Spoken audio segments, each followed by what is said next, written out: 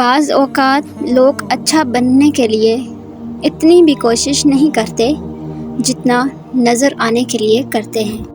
اگر قانون کی زبان ہوتی تو سب سے پہلے قانون داروں کی شکایت کرتا۔ برے سلوک کا بہترین جواب اچھا سلوک اور جہالت کا بہترین جواب خاموشی ہے۔ جو لوگ دوسروں کی خوشی میں خوش ہوتے ہیں ان کی خوشی میں کبھی کمی نہیں آتی۔ جب عبادت سکون دینے لگے تو سمجھ جاؤ کہ اللہ تم سے راضی ہے۔ جب تمہیں گناہ کے بعد ندامت ہو تو سمجھ لو اللہ نہیں چاہتا کہ تم اس راہ پر جاؤ۔ کچھ نیکیاں ایسی بھی ہونی چاہیے جن کا اللہ کے سوا کوئی گواہ نہ ہو۔ عقل مند اور بیوقوفوں میں کچھ نہ کچھ عیب ضرور ہوتا ہے۔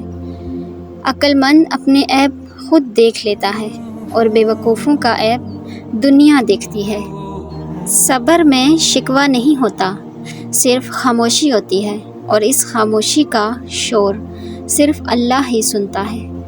اپنوں سے لڑائی ایسی نہ لڑیں کہ لڑائی تو جیت جائیں مگر اپنوں کو ہار جائیں۔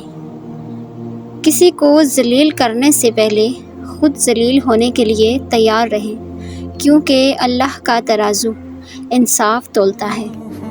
الفاظ انسان کے غلام ہوتے ہیں مگر صرف بولنے سے پہلے تک، بولنے کے بعد انسان اپنے الفاظ کا غلام بن جاتا ہے۔ جھگڑے میں کودنا انتہائی آسان ہے لیکن اس سے نکلنا انتہائی مشکل ہے۔ لوہے کا کلہاڑا لکڑی کا ایک چھلکا تک نہیں اتار سکتا جب تک اس کے ساتھ خود لکڑی کا دستہ نہ ہو۔ فراموش کرنے والے خوش قسمت ہوتے ہیں کیونکہ وہ اپنی غلطیوں پر قابو پا لیتے ہیں۔ وکیل ایک ایسا تعلیم یافتہ انسان ہے جو آپ کی جائیداد آپ کے دشمنوں سے بچا کر خود رکھ لیتا ہے۔ وقت اچھا ہو یا برا، اللہ کبھی بھی کسی کا ساتھ نہیں چھوڑتا۔ مقدر اتنی بار بدلتا ہے جتنی بار بندہ اللہ سے رجوع کرتا ہے۔ اللہ خود پر کوئی احسان نہیں رکھتا۔ اگر آپ نے اس کے لیے کوئی چیز چھوڑی ہے تو وہ آپ کو اس سے بہتر نوازے گا۔ اگر انسان کو تکبر کے بارے میں اللہ کی ناراضگی اور سزا کا علم ہو جائے تو بندہ صرف فقیروں اور غریبوں سے ملے اور مٹی پر بیٹھا کرے۔ آنسو کا ہر قطرہ دنیا کی ہر چیز سے زیادہ مہنگا ہے لیکن کوئی اس کی قیمت اس وقت تک نہیں جان سکتا جب تک کہ وہ اس کی اپنی آنکھوں سے نہ نکلے۔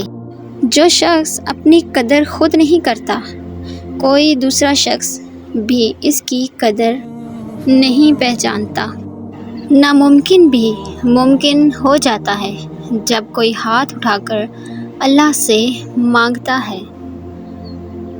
مصیبت اس حالت کا نام ہے جس میں انسان اپنے مداحوں سے نجات پا کر خود کو پہچانتا ہے۔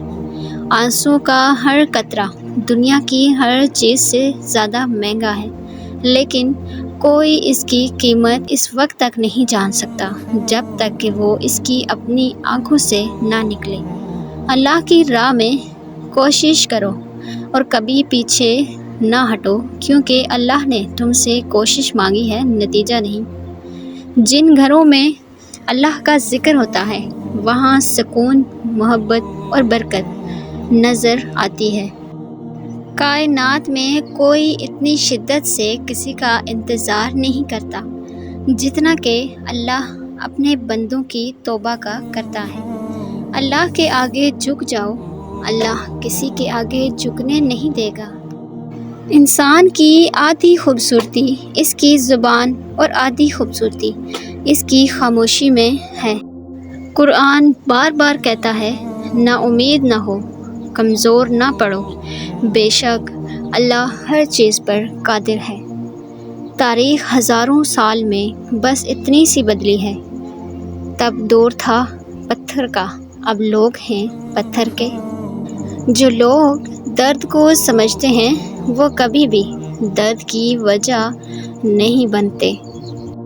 لوگ کتابوں کی طرح ہیں، ہر ایک کی اپنی کہانی ہے۔ زندگی میں ہمیشہ اپنے چاہنے والوں کو اپنی کمی محسوس کرواؤ، مگر یہ دوری اتنی لمبی نہ کرو کہ کوئی آپ کے بغیر جینا سیکھ لے۔ جو اپنی ضرورتیں بڑھا لیتا ہے اسے اکثر محرومی کا غم رہتا ہے۔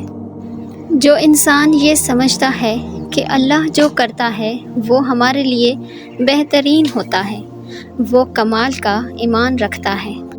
سب سے بڑا خطرہ اس وقت ہوتا ہے جب نصف عاقل ایک طرف ہو اور نصف احمق دوسری طرف۔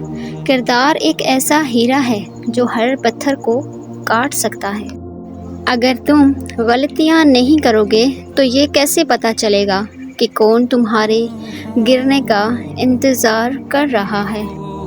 انسان کے جسم کا سب سے خوبصورت حصہ دل ہے، اور اگر یہی صاف نہ ہو تو چمکتا چہرہ کسی کام کا نہیں۔ زندگی تب تک خوبصورت لگتی ہے جب تک کسی چہرے پر مسکراہٹ ہو، اور اس مسکراہٹ کی وجہ آپ ہو۔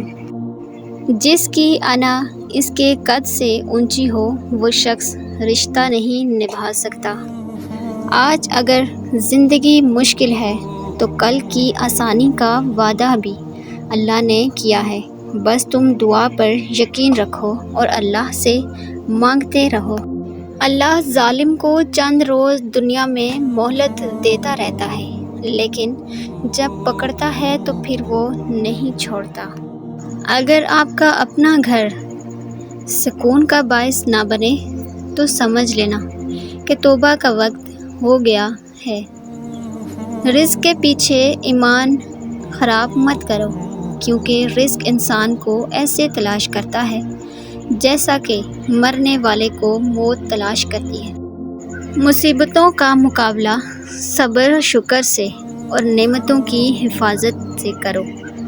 ان لوگوں کے درمیان نہ سو جو سونے سے قبل باتیں کرتے ہیں۔ دوسروں کے حال پر غور کرنے سے ہمیشہ نصیحت حاصل ہوتی ہے۔